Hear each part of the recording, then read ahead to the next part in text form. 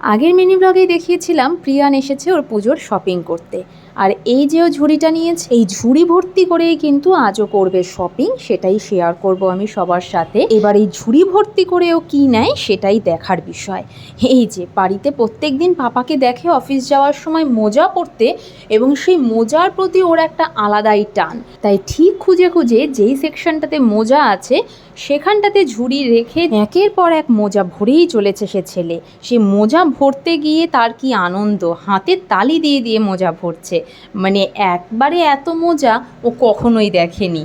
আর তাই ও ডিসাইড করে নিয়েছে এবার পুজোতে ও শুধু মোজাই পরে বেরোবে। আর শুধু পুজোর না, সারা বছরের ওর আর ওর পাপার মোজাও এখানে কালেক্ট করেছে। শেষমেশ মল কর্তৃপক্ষের লোকজনের নানান রকম নালিশ শুনে পাপা এসে এই মোজাগুলো আবার জায়গা মতন সব রেখে দিয়েছে, সঙ্গে তার ছেলেও হেল্প করেছে। এই ছিল প্রিয়ানের শপিং।